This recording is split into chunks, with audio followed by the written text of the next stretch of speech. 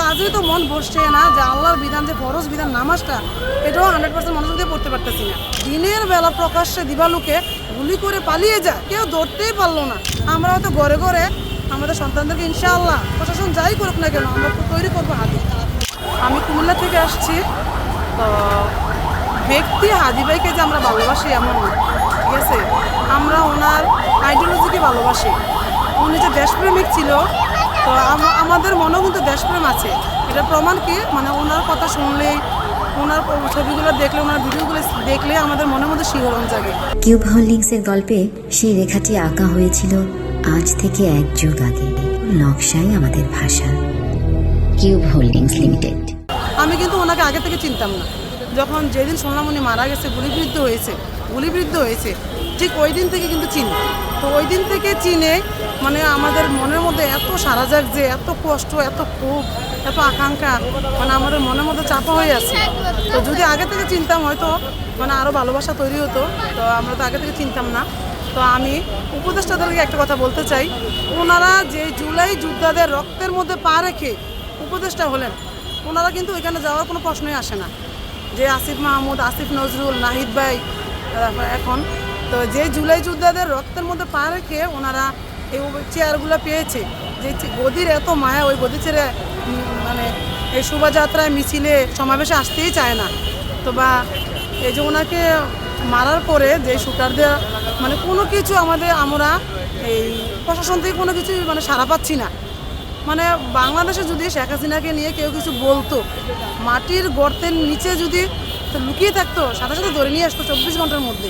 আর দিনে দুপুর 1টার দিকে 1:30 নাগাদ শুক্রবারে মানে দিনের বেলা প্রকাশ্যে দিবালুকে গুলি করে পালিয়ে যায়, কেউ ধরতেই পারলো না। এটা কীভাবে সম্ভব? প্রশাসন যদি ওদের হাতেই না থাকে। ওরা শুধু একা না, এটার পেছনে একটা বড় চক্র আছে।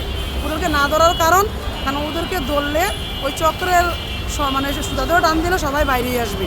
এই জন্য সবাই এটা ওনাদেরকে ধরতেছে না। এই জন্য লেট করে পরিস্থিতি প্রোগ্রাম নিয়ে কীভাবে গুছিয়ে আনলে ওনারা বাঁচতে পারবে, এগুলো কিছু ওনারা করতেছে।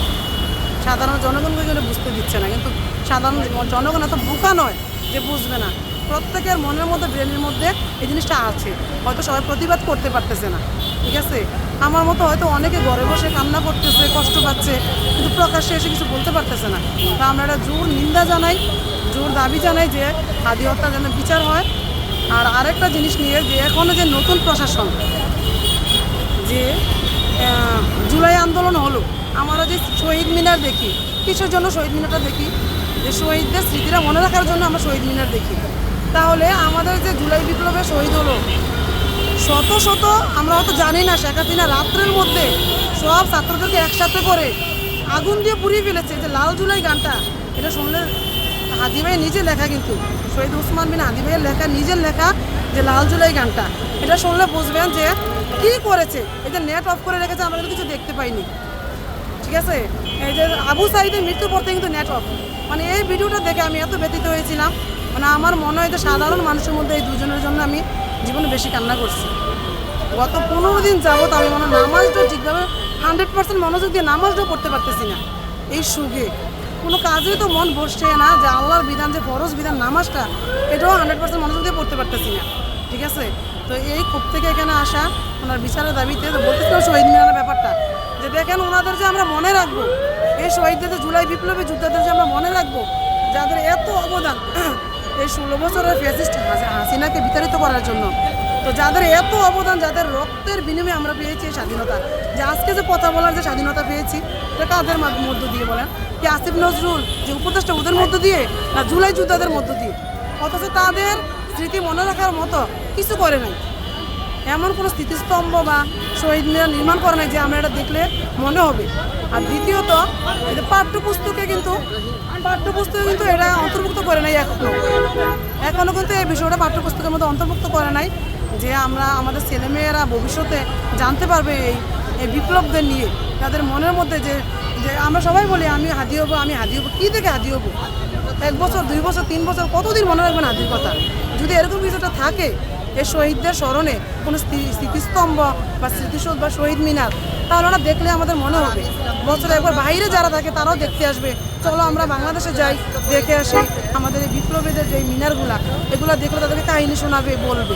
পাঠ্যপুস্তকে আমার জোর দাবি প্রশাসনের কাছে যে পাঠ্যপুস্তকের মধ্যে এই বিপ্লবী বীর যোদ্ধাদের যে জুলাই আন্দোলনের যে শহীদ যোদ্ধারা তাদের প্রত্যেকের জীবন কথা এই ঘটনাগুলো লিপিবদ্ধ করতে হবে।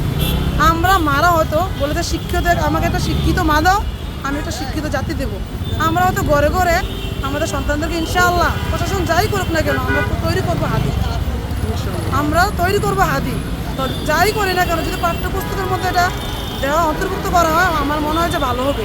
আমি জোর দাবি জানাই সাধারণ জনগণ হিসাবে, নাগরিক হিসাবে দেশের আমি দাবি জানাই যে পাঠ্যপুস্তকের মধ্যে যে জুলাই যোদ্ধাদের যে বীর গাথা ওসমান বিন হাদি, আমি ওনাকে বলি বিপ্লবী বীর শহীদ জুলাই যোদ্ধা শহীদ ওসমান বিন